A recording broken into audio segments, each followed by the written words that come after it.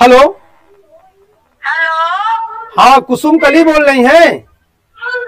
हम तो कुसुम कलिया बोली थी, तुम कौन बोलते हैं दादू? अरे मैं सर जी बोल रहा हूँ, जो आपको लोन में पैसे दिया था किस्त के लिए। अच्छा, मतलब सरजी बोली थी। हाँ सरजी। अरे नमस्ते नमस्ते नमस्ते। आप ये बताइए, आप कहाँ हैं? आपका दरवाजा बंद है, मैं आपके घर के सामने खड़ा हूँ। आप ये बताइए, 4 महीने से आपकी किस्त थी 750 रुपए, वो अभी तक कहीं नहीं जमा किए हैं। अरे सरजी, हमारे बहिनी की बिटिया के काज रहा था, वहाँ तो चले गए रहे हैं। अरे काज है तो आप कहीं भी रहिए, काज काज करिए, अच्छी चीज है, लेकिन आप पैसे तो जमा करिए टाइम से। और आपके साथ जो वो क्या कहते हैं, वो सुनीता है, अनीता है और ललिता है, ये तीनों पैसा भी नहीं जमा कर रही, बताइए।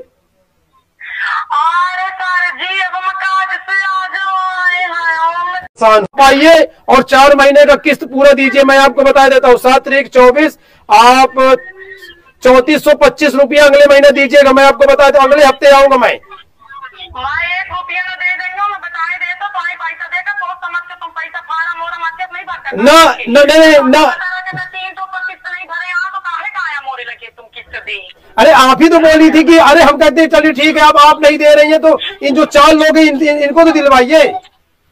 मैं बढ़िया पुण्य में कूद गई है, जब कूद जाए। अरे आप लोग फालतू बात कर रही है आप लोग। मैं न देंगे बस वही तो पे लेकर जाऊं उनके रामकाली के सुनीता अनीता ललिता के पास घर में जा, मुझे फोन ना बताए दोबारा, मैं बताए देते नहीं, नंबर दे देंगे अपने मन से हुआ का। हाँ, आप अपने मर्द से बात कराइएगा, मैं उनसे लूंगा पैसा। भाई जरूरी है, जो कंपनी हम लोग परेशान हो रहे हैं, हम लोगों को बोलते हैं मालिक लोग आप जाइए, अब हम लोग परेशान हो रहे हैं। हम आप